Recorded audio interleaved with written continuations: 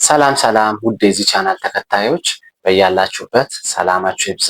ዛሬ የምናየው እንዴት አድርገን በኢንቪቴሽን አማካይነት 30 ሺህ እና ከዛ በላይ የኢትዮጵያ ብር መስራት እንደምንችል እንመለከታለን።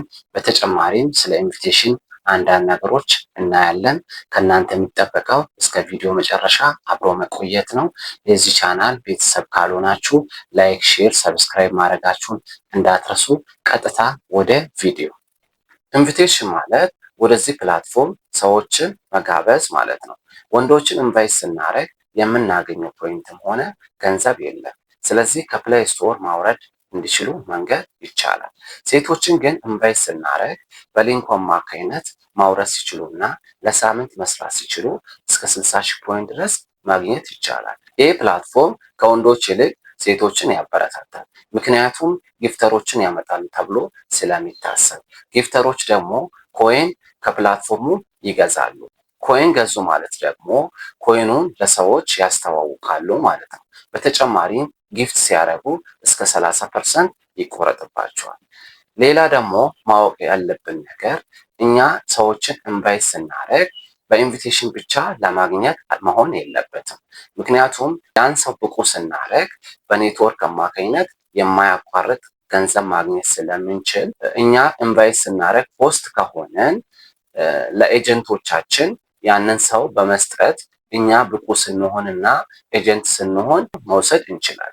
ዋነኛው ማወቅ ያለባችሁ ኢንቫይት አድርገን ያመጣነው ሰው ወደ ሌላ ቦታ እንዳይሄድ መስራት አለብን። ሊንኩን በዋትሳፕ እና በቴሌግራም መላክ አለብን። ይበልጥ ደግሞ በዋትሳፕ ቢሆን የተሻለ ነው። አንዳንዴ ደግሞ ሊንኩ የማይቆጥርልን ሁኔታዎች አሉ። ያ ሊሆን የሚችለው ከዚህ በፊት ሊንኩን ሌላ ሰው ሊኮላቸው ከሆነ እና አውርደው ከሆነ አይቆጥርልንም።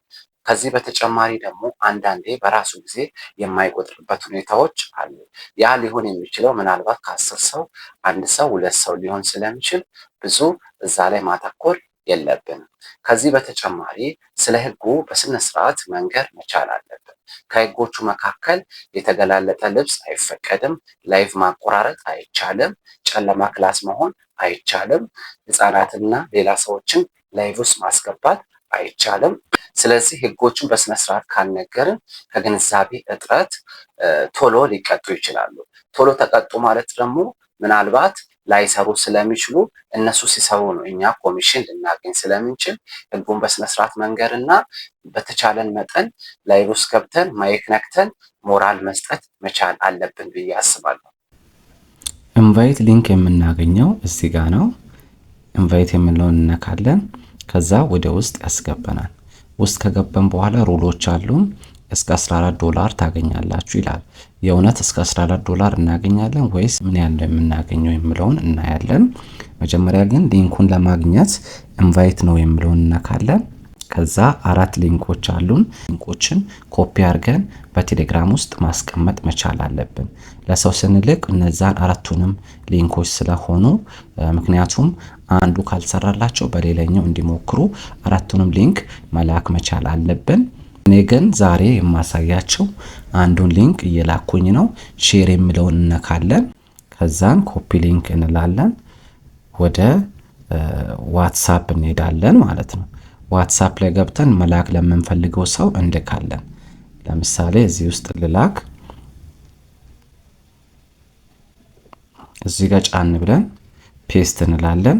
ከዛ ሊንኩን በምንነካበት ሰዓት ምን ይሆናል? ወደ ውስጥ ያስገበናል ማለት ነው። የውስጡ ገጽታ ይሄን ይመስላል። ዳውንሎድ ኢሚዲየትሊ የሚለውን ስንነካ ቀጥታ ወደ ፕሌይ ስቶር ይወስደናል ማለት ነው። ፕሌይ ስቶር ላይ ማውረድና ከዛ በኋላ ወደ ስራ መግባት ይቻላል። አሁን ማሳያችሁ እንዴት አድርገን በቀላሉ 30 ሺህ እና ከዛ ብር በላይ መስራት እንደምንችል አሳያችኋለሁ። ዋናው ግን የእናንተ አቅም ነው የሚወስነው፣ ወይም ደግሞ የመስራት ፍላጎት ችሎታችሁ ወሳኝነት አለው ማለት ነው። አንዱን ሰው አሳያችኋለሁ፣ እናንተ ደግሞ እንደ አቅማችሁ እንደ ፍላጎታችሁ ማባዛት ትችላላችሁ ማለት ነው። አንድ ሰው ኢንቫይት ስናደርግ ኢንቫይት ያደረግነው ሰው በትንሹ 2 ሰዓት መቀመጥ መቻል አለበት። 2 ሰዓት ሲቀመጥ ለራሱ 10 ሺህ ፖይንት ማግኘት ይችላል። በየቀኑ 2 ሰዓት ለሳምንት መቀመጥ መቻል አለበት።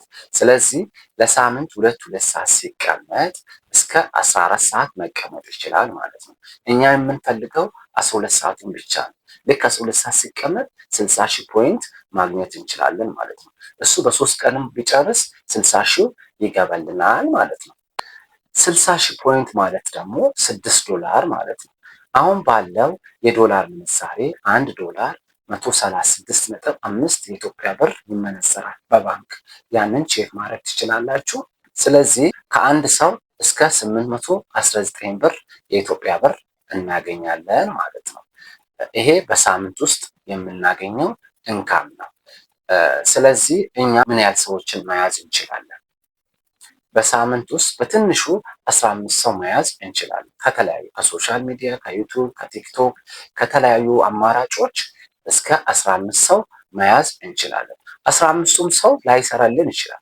በተለያዩ ምክንያቶች፣ በኮኔክሽን ፍላጎት ከማጣት በተለያዩ ምክንያቶች ላይሰራልን ይችላል።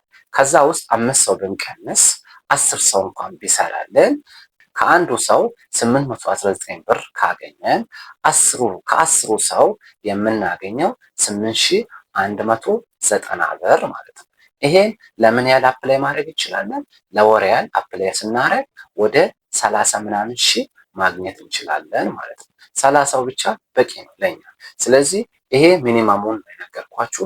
ከዛ በታች የሚሰሩ ሰዎች አሉ፣ ከዛ በላይ የሚሰሩ ሰዎች አሉ። እኔ አቭሬጁን የነገርኳችሁ። እናንተ በምታሳዩት ፐርፎርማንስ በላይም በታችም መስራት ትችላላችሁ። በዚህ አማካይነት ሆስት ሆናችሁ ኤጀንት ሳትሆኑ በኢንቪቴሽን ብቻ ይሄን ያህል ገንዘብ ማግኘት እንችላለን። ይሄ ሪያሊቲውና ሪያሊቲው ነው። ቼክ አድርጋችሁ ማግኘት ትችላላችሁ ማለት ነው። ቪዲዮውን ስለተከታተላችሁ እናመሰግናለን። ቀጣይ በሌላ ቪዲዮዎች እንመለሳለን። ቪዲዮ ይጠቅመናል ብላችሁ ካሰባችሁ ሰብስክራይብ፣ ሼር፣ ላይክ ማድረጋችሁ እንዳትረሱ። እናመሰግናለን።